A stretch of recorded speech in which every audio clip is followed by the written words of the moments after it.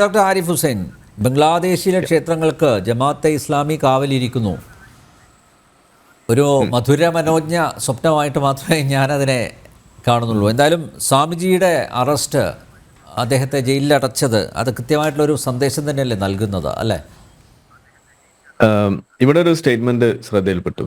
അതായത് ബംഗ്ലാദേശിലെ മുസ്ലിം നേതാക്കൾ, ജമാഅത്ത് ഇസ്ലാമിയുടെ നേതാക്കൾ അവിടെ ഹിന്ദു ക്ഷേത്രങ്ങൾക്ക് കാവലിരിക്കുന്നത് പോലെ നമ്മുടെ നാട്ടിൽ RSSകാര് മുസ്ലിം പള്ളികൾക്ക് കാവലിരിക്കുന്ന ഒരു കാലഘട്ടമാണ് സ്വപ്നം കാണുന്നത് എന്ന് പറഞ്ഞു. അങ്ങനെ ഒരു സ്വപ്നം ഒരിക്കലും ഉണ്ടാകരുതെന്ന് മാത്രമല്ല, അതായിരിക്കരുത് ഒരാളുടെയും ഒരു വിദൂര സ്വപ്നം പോലും എന്നാണ് എനിക്കിവിടെ പറയാനുള്ളത്. അത് എന്ത് തരം സ്വപ്നമാണെന്ന് എനിക്ക് മനസ്സിലാവുന്നില്ല. ഒന്നാമത്തെ കാര്യം, ഈ കലാപങ്ങൾ ഉണ്ടാക്കിയിട്ട് അതിനകത്ത് ഇതേപോലെ നടത്തുന്ന ചില പ്രകടനങ്ങൾ, ഈ മതസൗഹാർദ്ദം എന്ന് പറഞ്ഞുകൊണ്ട് കാണിക്കുന്ന ചില പേക്കൂത്തുകളുണ്ട്. ഇപ്പൊ നമ്മളുടെ ഇവിടെ ക്രിസ്മസ് ആയാലും അതല്ലെങ്കിൽ ഓണം ആയാലൊക്കെ കാണുന്ന ഒരു സാധാരണ ഒരു ക്ലീഷ ചിത്രം തന്നെയുണ്ട്. ഒരു ഹിന്ദു വേഷധാരി, ഒരു മുസ്ലിം വേഷധാരി തൊപ്പി വെച്ചിട്ട് പിന്നെ ഒരു കൊന്തയും പിടിച്ചിട്ട് ഒരാൾ, 3 പേരും കൂടി കെട്ടിപ്പിടിച്ച് നിൽക്കുന്നു, എന്നിട്ട് ഫോട്ടോ എടുക്കുന്നു.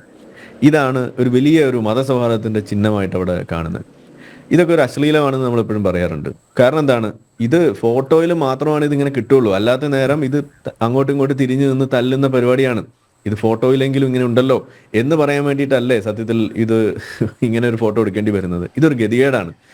ഇനി നമ്മുടെ വിഷയത്തിലേക്ക് വന്നു കഴിഞ്ഞാൽ, ഇങ്ങനെയുള്ള സ്വപ്നം ഒന്നും ഉണ്ടാകരുത് എന്നുള്ളൊരു ഓർമ്മപ്പെടുത്തലോട് കൂടി ഒരു കാര്യം പറയാനുള്ളത്, ബംഗ്ലാദേശിൽ ഇന്ന് നടക്കുന്ന കാര്യം അത് ഇവിടെ പറയുമ്പോൾ ഏറ്റവും വലിയൊരു കാര്യം ഇവിടെ കാണുന്നത്, അങ്ങനെയൊക്കെ പറയാൻ മാത്രമുള്ള എന്താണ് ഇവിടെ ഉള്ളത്, എക്സാജറേഷൻ അല്ലേ എന്നുള്ള രീതിയിലാണ് ഒരു വശത്ത് കാര്യങ്ങൾ പോകുന്നത്. മറ്റൊരു വശത്ത് വരുന്നത്, ഇത് അങ്ങനെയൊന്നുമല്ല, പറഞ്ഞ പോലെയൊന്നും അല്ല കാര്യങ്ങൾ എന്ന് പറയുന്ന ഒരു രീതി. ഇത് നിങ്ങൾ ഉദ്ദേശിക്കുന്ന പോലെയുള്ള ഒരു വിഷയമേ അല്ല, അവിടെ ഒരു ഹിന്ദു മുസ്ലിം വിഷയം പോലുമില്ല എന്നൊക്കെയുള്ള രീതിയിലുള്ള ഒരു വിഷയം രണ്ടാമത് വേറെ ഒരെണ്ണം. ഞാൻ പറയുന്നു ഇത് രണ്ടും തെറ്റാണെന്ന് ഞാൻ പറയാം. കാരണം എന്താണെന്ന് വെച്ചാൽ 2 കാരണങ്ങൾ കൊണ്ടാണ്. ഒന്ന്, ഇപ്പൊ നമ്മൾ ഇവിടെ കണ്ടുകൊണ്ടിരിക്കുന്ന വിഷയം, അത് വിഷയം അരങ്ങേറിക്കൊണ്ടിരിക്കുകയാണ്. ഇന്നിപ്പോ നമ്മൾ അതിന്റെ ഉള്ളിൽ പെട്ടിരിക്കുന്ന അവസ്ഥയിലാണ് ഇവിടെ ഉള്ളത്. അതുകൊണ്ട് തന്നെ അവിടെ ഇതിന്റെ ഒരു ക്ലിയർ പിക്ചർ പുറത്തേക്ക് വരാൻ സമയം ഇനിയും എടുക്കും എന്നുള്ളതാണ് ഒന്നാമത്തെ കാര്യം. രണ്ടാമത്തെ കാര്യം, എന്തുകൊണ്ട് ഇതിനെ നമ്മൾ ഈ രീതിയിൽ കാണുന്നു എന്ന് ചോദിച്ചാൽ, ഇതൊരു ഹിസ്റ്ററി, ഒരു പ്രസിഡന്റ്, ഒരു ഇവന്റ് ഇവിടെ ഉണ്ട്. 1971 ഹിന്ദു ജനോസൈഡ് നമ്മുടെ മുന്നിൽ നിൽക്കുന്ന ഒരു കാര്യമാണ്. എന്തായിരുന്നു അന്ന് സംഭവിച്ചത് എന്നുള്ളതിന്റെ കൃത്യമായ ഡോക്യുമെന്റ്സ് അതിവിടെ ഉണ്ട്. അതിൽ ആരാണ് കൊന്നു തള്ളിയത് എന്നുള്ളത് ഇവിടെ ഉണ്ട്. എത്ര എണ്ണം ഹിന്ദുക്കളെയാണ് ലക്ഷക്കണക്കിന് കൊന്നു തള്ളിയതിന്റെ ചരിത്രം ഇവിടെ ഉണ്ട്. എത്ര ലക്ഷക്കണക്കിന് സ്ത്രീകളെയാണ് ബലാത്സംഗം ചെയ്തത് എന്നതിന്റെ എണ്ണം ഇവിടെ ഡോക്യുമെന്റഡ് ആണ്. ഇതൊക്കെ ഇവിടെ ഉണ്ടായിരിക്കെ ഇന്നിപ്പോ ഇതിനെ പോലെ ഒരു വിഷയം എടുത്തു വെച്ച് ഇത് അതിലേക്കാണ് പോകുന്നത് എന്ന ഒരു സൂചന അവിടെ കൊടുക്കുമ്പോൾ, അത് അങ്ങനെയൊന്നുമല്ല, എക്സാജറേഷൻ ആണെന്ന് പറയാൻ വേണ്ടിയിട്ട് ശ്രമിക്കുന്നത് കാണുമ്പോൾ നമുക്കതിനോട് പുച്ഛമാണെന്നേ പറയാനുള്ളൂ. പ്രത്യേകിച്ച് എന്തുകൊണ്ടെന്ന് വെച്ച് കഴിഞ്ഞാൽ, ഇന്നിപ്പോൾ നമ്മൾ ഇത് സംസാരിക്കുന്നത് നവംബർ മാസം 26-ാം തീയതി ഇരിക്കുമ്പോൾ, ഇദ്ദേഹം ഇവിടെ സംസാരിച്ച വ്യക്തി അതിനകത്ത് എടുത്തു വെച്ച ഒരു പത്രം പോലും ഓഗസ്റ്റ് മാസത്തിലെ ആണ് എന്ന് വരുമ്പോൾ എത്ര മാസം പഴക്കമുണ്ടെന്നെങ്കിലും ഒന്ന് ആലോചിക്കണ്ടേ?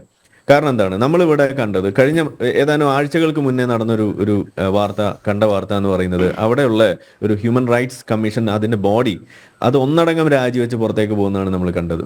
എന്തായിരുന്നു അതിന്റെ കാരണം? അവര് നേരിട്ട കാരണം എന്താണെന്ന് പോലും പുറത്തു വന്ന് പറയാൻ പറ്റാത്ത തരത്തിലുള്ള സ്വാതന്ത്ര്യം ആണ് അവർ അനുഭവിച്ചുകൊണ്ടിരിക്കുന്നത്. കാരണം അത് പറഞ്ഞു കഴിഞ്ഞാൽ അവരുടെ ഉടലിന്റെ മുകളിൽ തല കാണില്ല. ഇതാണ് അവരുടെ ഒരു ചെറിയ പ്രശ്നം. അപ്പൊ അതുകൊണ്ട് അവരൊന്നും പറയാതെ ഇറങ്ങി പോകുന്നത്, മുഴുവൻ പേരും രാജിവെക്കുന്ന അവസ്ഥ. അതുകൂടാതെ അവരതിന് പത്രങ്ങൾ അതിനകത്ത് നിരീക്ഷിച്ച എന്താണ്, ഇതിനകത്ത് രാജിവെച്ച ആളുകൾ അവർ ചെയ്ത പണി എന്താണ്? അവർ പ്രധാനമായിട്ട് റിപ്പോർട്ട് ചെയ്തത് അവിടെ നടന്നുകൊണ്ടിരിക്കുന്ന ഈ ന്യൂനപക്ഷ വേട്ടയായിരുന്നു അവരുടെ പ്രധാനപ്പെട്ട റിപ്പോർട്ടിംഗ്. ആ റിപ്പോർട്ടിംഗ് നടത്തിയിട്ടുള്ള ആളുകളാണ് അതിൽ നിന്ന് രാജിവെച്ച് പോകേണ്ടി വന്നത്. എന്നിട്ട് ഇവിടെ നിന്നിട്ട് പറയുന്നു അത് വാർത്തകളിൽ എവിടെയും ഇല്ല. എന്തുകൊണ്ടില്ല? റിപ്പോർട്ട് ചെയ്യുന്ന ആളുകളെ ഇതേപോലെ തൂക്കുന്ന അവസ്ഥയാണ് അവിടെ ഉള്ളത്. പിന്നെ എങ്ങനെയാണ് ഇത് റിപ്പോർട്ട് ചെയ്യപ്പെടുക?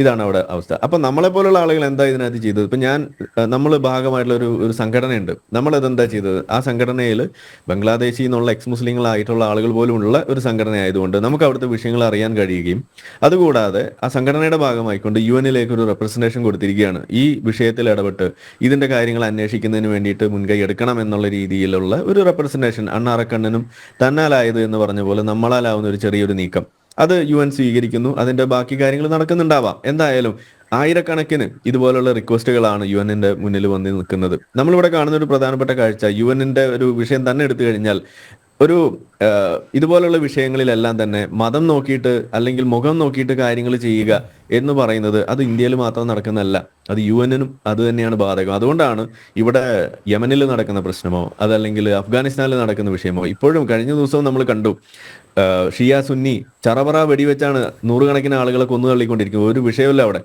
അങ്ങനെയുള്ള വിഷയങ്ങൾ നടക്കുന്നു പാകിസ്ഥാനിൽ. അതുകൂടാതെ സുഡാനിലെ വിഷയം, നൈജീരിയയിലെ വിഷയം, നൈജറിലെ വിഷയം, ബോക്കോ ഹറാം അവിടെ നമ്മളുടെ ബുർക്കിന ഫാസോയിൽ നടത്തിക്കൊണ്ട്, ഇതൊന്നും UN കാണുന്നില്ല.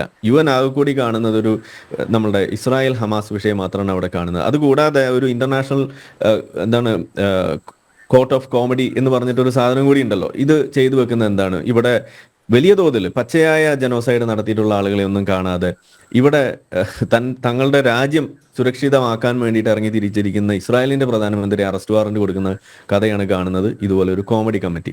ഇങ്ങനെയൊക്കെ കാണുമ്പോൾ നമുക്കിവിടെ കാര്യങ്ങൾ പറയേണ്ടതായിട്ട് വരികയാണ്. ഇതിൽ ഈ ഒരു വിഷയത്തിൽ നിങ്ങൾ കാണിക്കുന്ന ഈ ഒരു എന്താ പറയുക, ഒരു ജാഗ്രത, ഇതിൽ തെറ്റിപ്പോകാൻ പാടില്ല എന്ന് പറയുന്ന ജാഗ്രത, അത് കാണുമ്പോൾ നമുക്ക് തമാശയാണ് തോന്നുന്നത്. കാരണം എന്താണ്, നിങ്ങൾ ഈ ജാഗ്രത ഇവിടെ മണിപ്പൂർ വിഷയത്തിൽ കാണിച്ചിട്ടില്ല. കാരണം എന്താണ്, മണിപ്പൂർ വിഷയത്തെക്കുറിച്ച് ഇന്നും നിങ്ങൾ ഒരു ശരാശരി ഒരു ഇന്ത്യൻ ജനതയിൽ പെട്ട ഒരാളോട് ചോദിച്ചു കഴിഞ്ഞാൽ എന്താ പറയാ, അവിടെ ഹിന്ദു ക്രിസ്ത്യൻ പ്രശ്നമാണ് നടക്കുന്നത് എന്നല്ലേ അവരെ കൊണ്ട് നിങ്ങൾ പറയിപ്പിച്ചു വെച്ചിരിക്കുന്നത്. അവിടെ നിങ്ങൾ ഈ ഒരു ജാഗ്രത കാണിച്ചിട്ട് ഇത് ഹിന്ദു ക്രിസ്ത്യൻ പ്രശ്നമല്ല, ഇതൊരു കുക്കി മെയ്തൈ തമ്മിലുള്ള ആ ഒരു എത്നിക് ക്ലാഷ് ആണ് എന്ന് അവർക്ക് തിരുത്തി പറഞ്ഞു കൊടുക്കാൻ നിങ്ങൾ എപ്പോഴെങ്കിലും മുന്നോട്ട് വന്നിട്ടുണ്ടോ? ഇല്ലല്ലോ. അപ്പൊ നിങ്ങൾ ഈ ജാഗ്രത എന്നൊക്കെ പറയുന്നത് എപ്പോഴാണ്? അവിടെ ഇസ്ലാം ഒരു രംഗത്ത് ഉണ്ടാകുമ്പോൾ മാത്രമാണ് ഈ ജാഗ്രതയൊക്കെ അവിടെ വരുന്നുള്ളൂ. അപ്പൊ അതുകൊണ്ട് ഇതെല്ലാം ഇവിടെ വെടിവെപ്പ് ഇന്ന് എല്ലാ മലയാള പത്രങ്ങളുടെയും തലക്കെട്ടായിരുന്നു. പക്ഷേ അവിടെ ഈ ബംഗ്ലാദേശിലെ ഹിന്ദു വംശഹത്യ അല്ല ഹിന്ദുക്കൾക്ക് നേരെയുള്ള അക്രമം, അത് ഏതെങ്കിലും ഒരു മലയാള പത്രം അതാണ് ഞാൻ പറഞ്ഞു പേജിൽ കൊടുത്തിട്ടുണ്ടോ? ഇല്ലാന്നാണ്. ഇതെല്ലാം അരിച്ചു പിറക്കി നോക്കിയതാണ്. വാർത്ത പോലും ഇല്ല, ഈ സന്യാസിയെ അറസ്റ്റ് ചെയ്ത വാർത്ത പോലും ഇല്ല ഇന്ന്. യെസ്, അതായത് സാമ്പാൽ വെടിവെപ്പിനെ കുറിച്ച് പോലും പറയുമ്പോൾ നമ്മൾ പറയുന്നത് എന്താണ് അതിന്റെ കാരണമെന്ന് ഇവിടെ ചർച്ച ചെയ്യുന്നില്ല. വെടിവെപ്പ് ഉണ്ടായി, കുറെ പേര് കൊന്നു. ഇപ്പൊ കാണുന്ന വാർത്ത എന്താണ്? നിരപരാധികളായ ആളുകളെ വെടിവെച്ച് കൊന്നു എന്നും പറഞ്ഞിട്ടാണ് ഇപ്പൊ അവിടെ വിക്ടിം കാർഡ് ഇറക്കിയിട്ട് കളിക്കുന്നത്.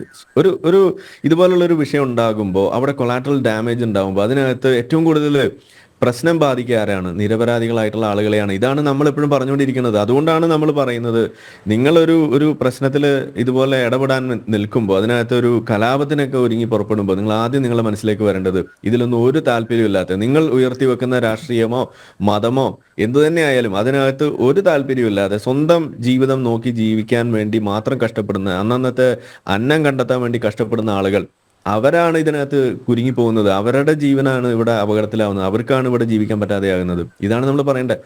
അപ്പൊ നമ്മളിവിടെ പറഞ്ഞു വരുമ്പോൾ ഇങ്ങനെ ഒരു വിഷയമേ ഇല്ല എന്ന് പറഞ്ഞു വെക്കുമ്പോൾ ഈ ജാഗ്രത ഈ രീതിയിലേക്ക് കാണുമ്പോൾ നമുക്കവിടെ പറയാതെ നിവൃത്തിയില്ല. ഇവിടെ നടക്കുന്ന വിഷയം നമ്മുടെ പേഴ്സണൽ അനുഭവം എന്ന് പറഞ്ഞു കഴിഞ്ഞാൽ നമുക്ക് വേണ്ടപ്പെട്ട നമ്മൾ അറിയുന്ന ബംഗ്ലാദേശികളായിട്ടുള്ള എക്സ് മുസ്ലിങ്ങളായിട്ടുള്ള ആളുകൾ അവിടെ ജീവിക്കാൻ പറ്റാത്തതിന്റെ പേരിൽ പുറം രാജ്യങ്ങളിൽ പോയിട്ട് ജീവിക്കുന്ന ആളുകൾ, നെതർലാൻഡ്സിൽ ജീവിക്കുന്നവരുണ്ട്, ജർമ്മനിയിൽ ജീവിക്കുന്നുണ്ട്. അവരിലൂടെ നമ്മൾ ശേഖരിച്ചിട്ടുള്ള വിവരങ്ങൾ ഇതെല്ലാം വെച്ച് ചേർത്ത് നമ്മൾ പച്ചയ്ക്ക് പറയാണ് അവിടെ ഹിന്ദു വേട്ട നടക്കുന്നുണ്ട്. അതൊരു ഹിന്ദു വേട്ട മാത്രമല്ല, അതിനകത്തൊരു ന്യൂനപക്ഷ വേട്ട തന്നെയാണ് നടക്കുന്നത്. അവസാനമായിട്ടൊരു കാര്യം ഞാൻ പറയാണ്. ഇവിടെ പറയുന്നു നിങ്ങൾക്ക് സംശയമാണല്ലോ. ഒരു സംശയം വേണ്ട എന്നുള്ളതിന് ഒരു കാരണമാണ് ഞാൻ പറഞ്ഞത്. 1971 നടന്ന ആ ഒരു ഹിന്ദു ജനോസൈഡ്, അതിവിടെ നമ്മൾ മുന്നിൽ ഡോക്യുമെന്റഡ് ആയിട്ടുള്ള ഒരു സാധനമാണ്.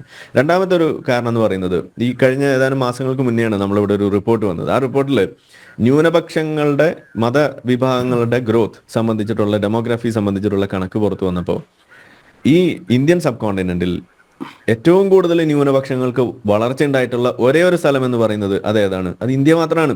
ഇന്ത്യയിലെ ന്യൂനപക്ഷം എന്ന് പറഞ്ഞാൽ അവിടെ കൗണ്ട് ചെയ്ത ആരെയാണ്? മുസ്ലിങ്ങളെയാണ്. എന്നാൽ നമ്മളുടെ ചുറ്റുവട്ടത്തുള്ള മറ്റു രാജ്യങ്ങൾ അവിടെ എടുത്തു കഴിയുമ്പോൾ അവിടെ എല്ലായിടത്തും ഈ ന്യൂനപക്ഷങ്ങൾ എന്ന് പറയുന്ന മതങ്ങൾ അത് താഴോട്ടാണ് പോയിരിക്കുന്നത്. വളരെ ഡ്രാസ്റ്റിക് ആയിട്ട് കുറയുകയാണ് ചെയ്തിരിക്കുന്നത്. അത് ഏത് രീതിയിൽ ഇപ്പൊ ഇവിടെ സൂചിപ്പിച്ചു, 22% നിന്ന് 7, 8 ആയി കുറയുന്നു എന്ന് പറയുമ്പോൾ അത് പച്ചയായ യാഥാർത്ഥ്യമാണ്. എങ്ങനെയാണ് കുറയുന്നത്? ഇങ്ങനെ എന്താ പറയാ, ഇതുപോലെ ഒരു മൈഗ്രേഷൻ നടത്തിയിട്ട് കുറയുന്നു എന്നൊക്കെ നിങ്ങൾക്ക് തമാശയ്ക്ക് വേണമെങ്കിൽ പറഞ്ഞോളൂ എന്നേ ഞാൻ പറയുള്ളൂ. ഇതൊന്നും ഇതേപോലെ പറയരുതെന്നേ ഞാൻ പറയൂ. കാരണം കൃത്യമായിട്ട് ജനോസൈഡൽ ആ തോട്ട് അത് അവിടെ അവരുടെ ഭാഗത്ത് ഒരു ഭീതിയായിട്ട് അവിടെ നിലനിൽക്കുന്നു. അതായത് അവരുടെ മുൻ തലമുറയിൽപ്പെട്ടിട്ടുള്ള ആളുകൾ അതിന്റെ മുറിവുകളുമായിട്ട് ജീവിക്കുന്ന കാലഘട്ടത്തിൽ ഇരുന്നിട്ട് ഇത് പറയാൻ അവർക്ക് സാധിക്കും. എന്തുകൊണ്ട്? കാരണം അവരത് അനുഭവിച്ചിട്ടുള്ള കാര്യമാണ്. അതേസമയം നിങ്ങളൊരു ഇന്ത്യൻ മുസ്ലിമിന്റെ അടുത്ത് വന്നിട്ട് ഒരു ജനോസൈഡിന്റെ കഥ പറഞ്ഞാൽ നിങ്ങൾക്കൊരു ഗുജറാത്ത് മാത്രമേ പറയാനുണ്ടാവുള്ളൂ, അതിന്റെ അപ്പുറത്തേക്ക് ഒന്നും പറയാനുണ്ടാവില്ല. അത് തന്നെ അതിന്റെ അപ്പുറത്ത് എന്താ സംഭവിച്ചതെന്ന് ചോദിച്ചു കഴിഞ്ഞാൽ അവിടെ ഉത്തരം മുട്ടും.